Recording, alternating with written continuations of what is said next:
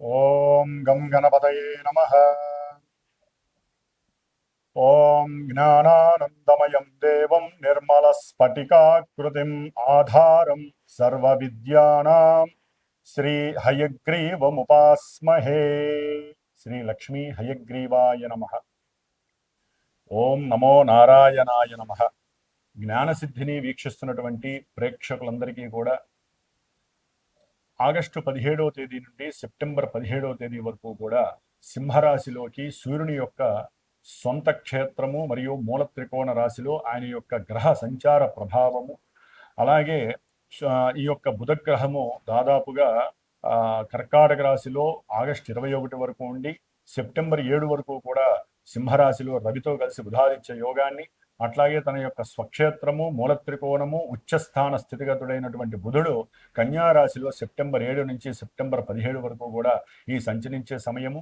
శుక్రుడు సెప్టెంబర్ 2వ తేదీ వరకు కూడా నీచ స్థితిలో కన్యారాశిలో ఉండి తులారాశిలో తన యొక్క స్వక్షేత్రంలో వచ్చినప్పుడు విశేషమైనటువంటి యోగాలని, అట్లాగే కుజ భగవానుడు ఈ నెల రోజులు సెప్టెంబర్ 17 వరకు కూడా విశేషంగా మిథున రాశిలోనే సంచరిస్తూ, మరి గురుడు చూస్తే ఆయన ఆశ్లేష నక్షత్రంలోకి మారి కర్కాటక రాశిలోను, కేతు ఏమో సింహరాశిలోను, కుంభరాశిలో రాహువు, మీనరాశిలో వక్రీగత శని ప్రభావము.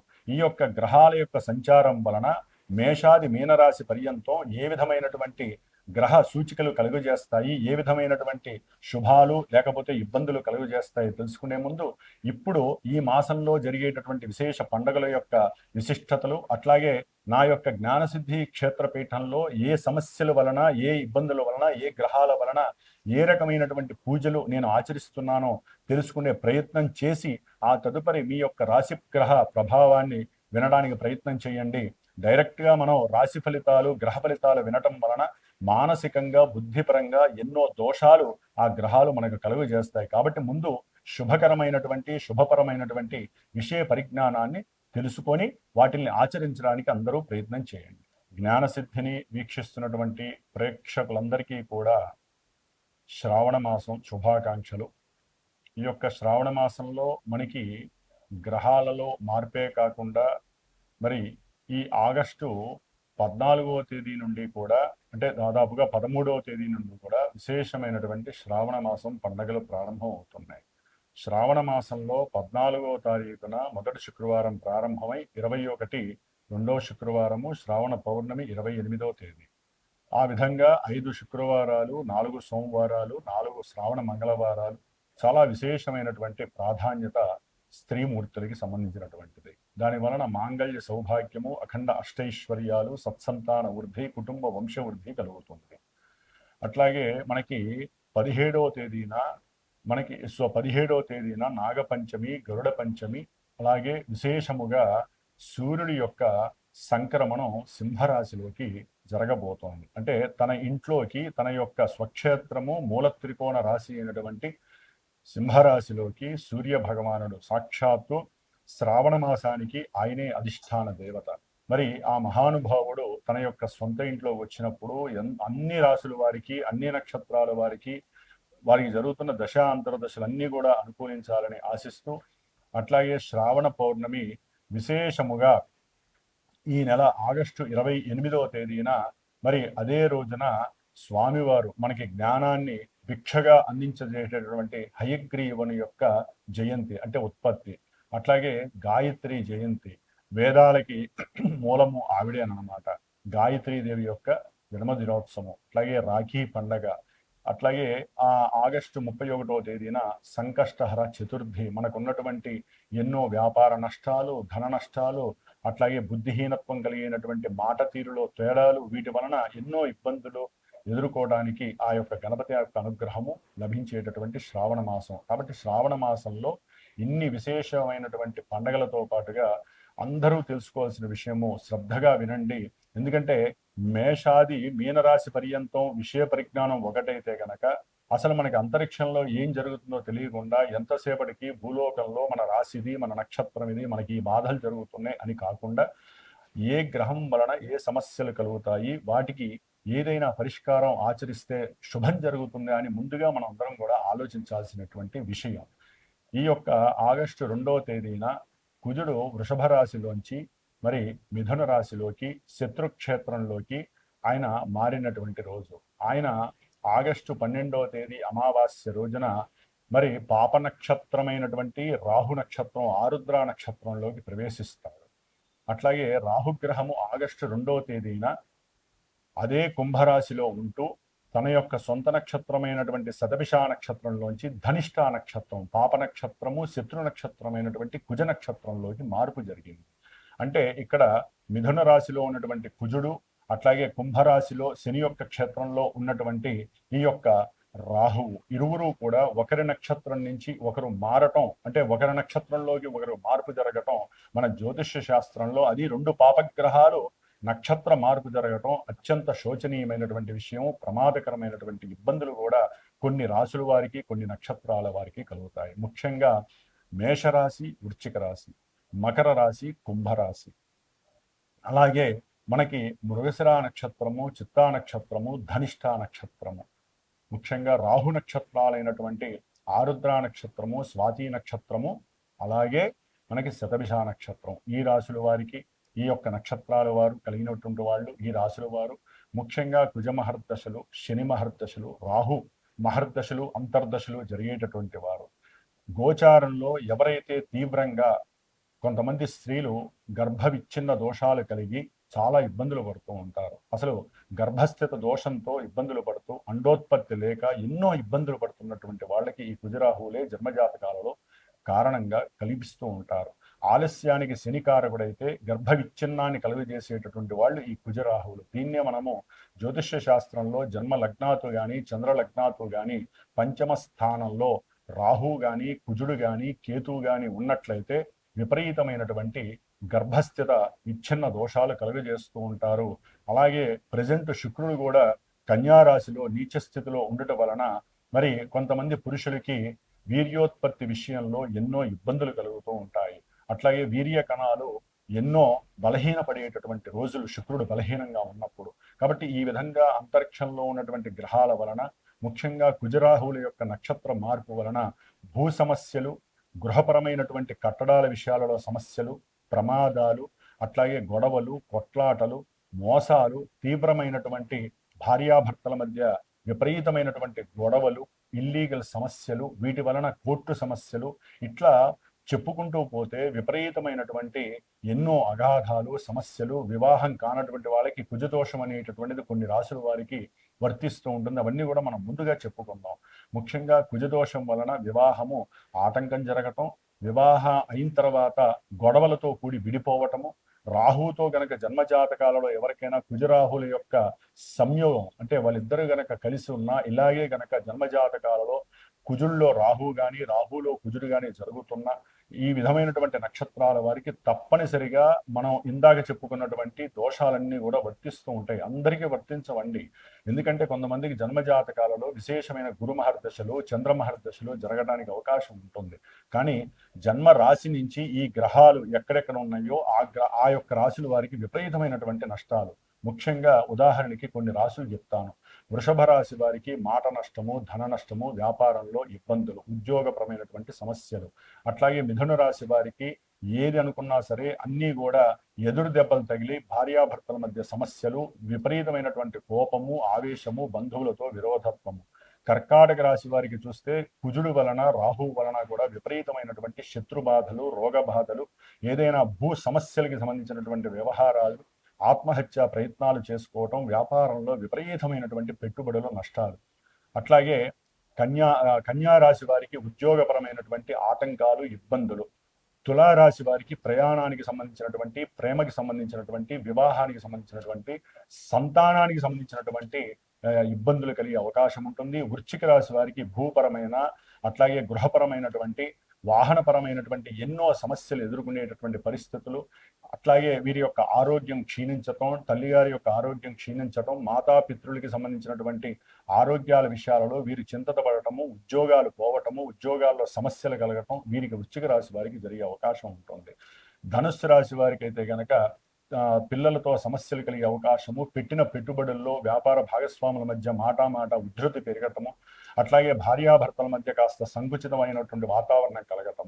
ముఖ్యంగా కుంభరాశి వారికి సంతానపరమైనటువంటి నష్టాలు విపరీతంగా ఉండేటటువంటి అవకాశం ఉంటుంది. అనుకున్న ప్రతి కార్యక్రమం కూడా డొల్లై కూర్చోవటం, మోసాలు ఎక్కువగా జరగటం, అట్లాగే ఏదైనా అమ్మకాల విషయాలలో మోసాలు జరగటం, ఏదైనా గృహం కానీ వాహనం కానీ అమ్మేటటువంటి విషయాల్లో 10 రూపాయలు వస్తాయనుకుంటే 2 రూపాయలు రావటం.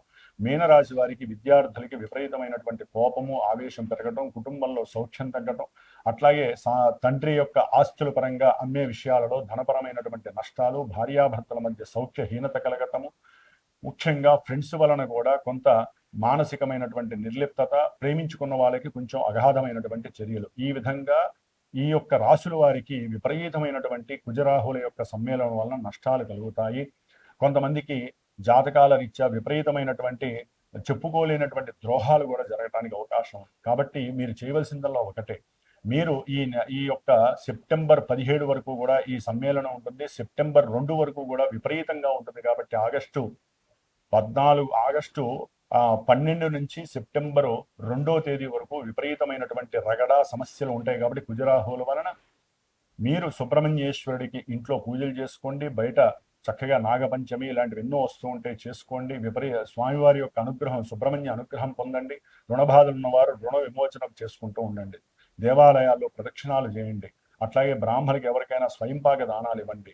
ఇవన్నీ కుదరట్లేదు, విదేశాలలో ఉన్నాం, లేదా మాకు సమయం సరిపోవట్లేదండి, లేకపోతే మంత్రబలం చాలా గొప్పది అనుకుంటే మా యొక్క శ్రీమాత జ్యోతిషాలయ పీఠంలో విశేషంగా ఈ సమస్యలు ఎవరైనా సరే అనుభవిస్తున్న వాళ్ళకి నేను ప్రత్యేకించి నిత్యము కూడా గోత్రనామాదులు తెలియజేసి కుజరాహుల యొక్క దోష పరిహారార్థమై, అట్లాగే దంపతుల యొక్క అనుకూలత కోసమై, సత్సంతాన యోగ్యత కోసము, విశేషంగా భూమి, గృహము వీటికి సంబంధించినటువంటి దోష పరిహారార్థమై నేను ప్రత్యేకించి ఆగస్టు 15వ తేదీ నుండి కూడా శని భగవంతుడికి అట్లాగే కుజరాహులకి సంబంధించినటువంటి శుక్రుడికి సంబంధించినటువంటి దోష పరిహారార్థమై సుబ్రహ్మణ్యేశ్వర స్వామి యొక్క ప్రీతికరమైనటువంటి సర్పసూక్త జపాన్ని, శనికి సంబంధించినటువంటి విశేషమైన శని జపాన్ని, మంజుసూక్త జపాన్ని, అట్లాగే రాహు వల్ల కలిగేటటువంటి సమస్యలు, భయము, భ్రాంతులకి సంబంధించి దుర్గా సూక్త జపాన్ని ఆచరిస్తూ దాదాపుగా సెప్టెంబర్ 4వ తేదీ వరకు కూడా ఇది జరిగే అవకాశం ఉంటుంది.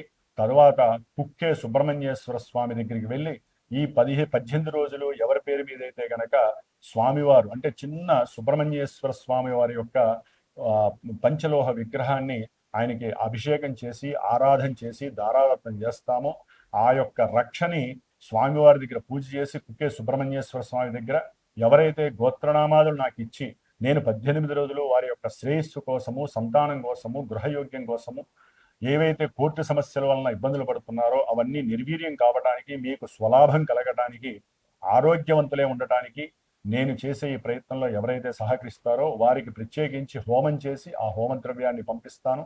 ప్రతిదీ కూడా మీ అందరికీ అప్డేట్ ఉంటూ ఉంటుంది నేను చేసే ప్రతి పూజ కూడా.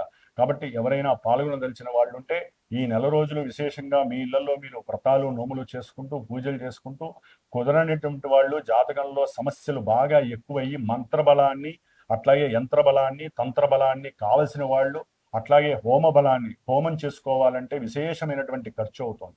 అదే మన పీఠం తరపున, జ్ఞానసిద్ధి క్షేత్రపీఠం తరపున నేను అందరికీ అందుబాటులో ఉండాలి అనే ఉద్దేశంతో నా యొక్క స్వయం ప్రతిభతో, స్వయం శక్తితో నేను ఆచరిస్తూ నలుగురు బ్రాహ్మణ చేత ఆచరింపజేస్తూ ఈ యొక్క కార్యక్రమం ద్వారా మీ అందరికీ ఎవరైతే చేయించుకుంటారో వారందరికీ స్వలాభం కలిగేటట్టుగా చేస్తాం. మరి ఈ యొక్క ఆగస్టు 17వ తేదీన సూర్యుడు సింహరాశిలో సంక్రమణం చేసి సెప్టెంబర్ 17వ తేదీ వరకు కూడా ఆ మహానుభావుడు సింహరాశిలో ఉండటం వలన మేషాది మీనరాశి పర్యంతం ఎవరికి ఎటువంటి శుభాలు కలుగుతాయి, ఎవరు ఏ విధంగా జాగ్రత్త పడాలో తెలుసుకుందాం. ఓం నమో నారాయణాయ.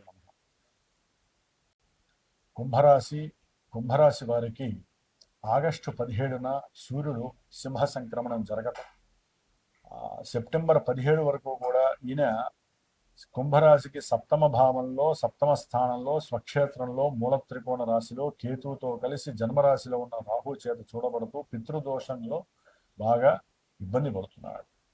దీనివలన ఆరోగ్యపరమైన సమస్యలు, ఉద్యోగంలో ఇబ్బందులు, తండ్రిపరమైనటువంటి అనుకూలత లోపించటం, భార్యాభర్తల మధ్య సమస్యలు, ప్రేమ తగ్గటం, సంతానపరమైనటువంటి విద్వేషాలు కలగటం, అనుకున్న పనులు ఏవి ముందుకు వెళ్ళకపోవటం, ఆత్మ పరిశీలన, ఆత్మశుద్ధి చేసుకుందామన్నా సరే సరైనటువంటి వ్యాయామ ప్రక్రియ లేక, ఒక సమయానికి లేద్దాం అనుకుంటే ఇంకో సమయానికి లేవటం ఏలినాటి శని ప్రభావం, వక్రించిన శని ప్రభావం వల్ల. ఎందుకంటే సూర్యుడు సరిగ్గా లేకపోతే చాలా సమస్యలు వస్తాయండి. అదే కనుక వీళ్ళకి ఏ సూర్య మహర్దశో రాహుకేతువుల దశ జరుగుతోంది అనుకోండి, పాప మహర్దశ జన్మ జాతకంలో కంపల్సరీ వ్యాపారంలో ఎన్నో సమస్యలు గవర్నమెంట్ ద్వారా మీరు ఎదుర్కోవాల్సి వస్తుంది. అనవసరమైనటువంటి డబ్బులు కట్టే పరిస్థితి ఎదురవటానికి అవకాశం ఉంటుంది. భార్యాభర్తలు కొంచెం ఎప్పుడు హార్ట్గా ఉండే పరిస్థితి, అంటే ఏం చేస్తున్నారో ఏం మాట్లాడుకుంటున్నారో తెలియదు. బుద్ధి విహీనత్వంతో, అధికారంతో, జలసీతో, కసి ఈర్ష్యలతో ఉండేటటువంటి తత్వాన్ని కలిగి ఉంటారు. పూర్తిగా రవి పాడైపోయి ఉన్నారు. అట్లాగే వీరికి యాక్చువల్లీ కుంభరాశి వారికి ఏలినాడి శనితో పాటుగా రాహుకేతువుల యొక్క సర్పదోషంతో పాటుగా ఇంకొక మహానుభావుడు కుజుడు ఆగస్టు 12 నుంచి కూడా రాహు నక్షత్రంలో ఉండి పంచమంలో ఉన్నాడు. సంతానపరమైనటువంటి విద్వేషాలు, సంతాన ప్రతిబంధకాలు, సంతానపరంగా సమస్యలు కలగడానికి అవకాశం ఉంటుంది. వీరు ఆలోచన అంటే ఏదైనా సంకల్పయుక్తంగా ధైర్యం చేసి పరాక్రమంతో నేను ఈ పని చేయాలి, నేను వీళ్ళతో మాట్లాడాలి అని ఎవరితో అయితే నిర్ణయించుకుంటారో ఆ స్వయంకృత నిర్ణయాలన్నీ కూడా పటాపంచలై ఇబ్బందులు పాలవుతారు. వాళ్ళ ఆలోచనలు ఏవి కూడా సరైన సమయానికి స్ఫురణకి రావు. ఒకవేళ వాళ్ళతో మాట్లాడుతూ అంటే ఏ ఉద్యోగ వ్యవస్థలో ఏ ఇంటర్వ్యూలకు వెళ్ళారు, వాళ్ళతో మాట్లాడుతున్నారు, లేదా సంతానంతో మాట్లాడేటటువంటి సమయంలో కానివ్వండి, బంధువులతో మాట్లాడే సమయంలో కానీ, అక్క చెల్లెళ్ళు, అన్నదమ్ములు కొంచెం జాగ్రత్తగా ఉండండి. బుద్ధి విహీనత్వ దోషం కలుగుతోంది, సరైన ఆలోచన మీకు కలగదు. ఒకటి మాట్లాడాలనుకొని పోయి నోటి ద్వారా ఇంకోటి మాట్లాడతారు, దానివల్ల సమస్యలు విపరీతం అవుతాయి. అట్లాగే ఏదైనా భూపరంగా కానీ గృహపరంగా కానీ కొన్ని ఆస్తులు వేలంపాట్లోకి వెళ్ళటం, లేకపోతే వేరే వాళ్ళు దీన్ని అమ్మడానికి ప్రయత్నం చేయడం, దాని పరంగా మీరు ప్లేడర్ల దగ్గరికి వెళ్తే లేదండి దీని మీద ఆల్రెడీ మీరు సంతకం చేసేసారు అంటాం. అంటే మీ దగ్గర ఉండాల్సిన కాగితాలు ఇంకో ఫోర్జరీ కాగితాల ద్వారా కూడా ఉండేటటువంటి పరిస్థితులు ఉన్నాయి. భూ సంబంధిత గృహ సంబంధిత విషయాలలో మీరు తర్జన వర్జన పడిపోతారు. అయ్యో అమ్ముదామని పెట్టుకుంటే ఒరిజినల్స్ ఎవరు ఇవ్వకండి ఎవరికి. ఆ యొక్క కాగితాలు ఇస్తే అవి కాస్త రకరకాలుగా వెళ్ళిపోయి సమస్యలు చాలా ఇబ్బందులు పెట్టేటటువంటి పరిస్థితి కలుగుతోంది.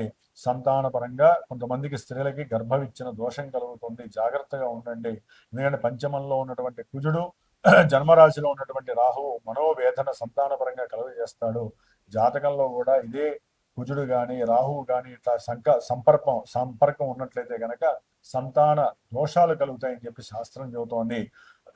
ఏదైనా సరే శుక్రుని కూడా ఈ యొక్క కుజుడు చూడడం ద్వారా విద్యార్థులు అంటే స్మాల్ స్కేల్ విద్యార్థులు కావచ్చు, లేకపోతే బీటెక్ విద్యార్థులు కావచ్చు, పిహెచ్డి విద్యార్థులు కావచ్చు, వీరికి కాస్త అసమతుల్యత, అననుకూలమైనటువంటి ప్రతికూల భావాలు కనిపిస్తున్నాయి.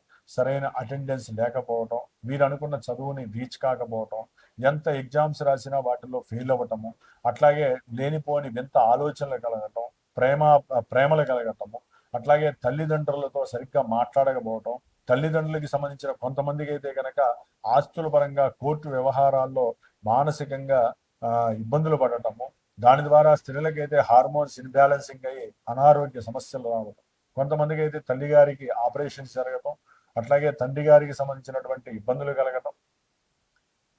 అంటే ఇటు విద్యార్థులకి, ఉన్నత విద్యార్థులకి ఎవరైనా ఇల్లు కట్టుకుందామంటే దానికి గవర్నమెంట్ డబ్బులు ఇవ్వకపోవటం, అంటే ఏదైనా బ్యాంకింగ్ వ్యవస్థలు డబ్బులు ఇవ్వడానికి ముందుకు రాకపోవటం, అప్పుల విషయంలో మీకు ఐటీ రిటర్న్స్ సరిపోలేదని, ఇట్లా ఎన్నో కారణాల వలన ధనపరంగా, కుటుంబ పరంగా, భార్యాభర్తల పరంగా, విద్యార్థులకి విద్య పరంగా, అట్లాగే వాహనాల పరంగా ఏదైనా వెహికల్ కొనాలి, ఉన్న వెహికల్ అమ్మేసి పెద్దదనుకుంటే అది కూడా సరిగ్గా జరిగే పరిస్థితి ఉండదు.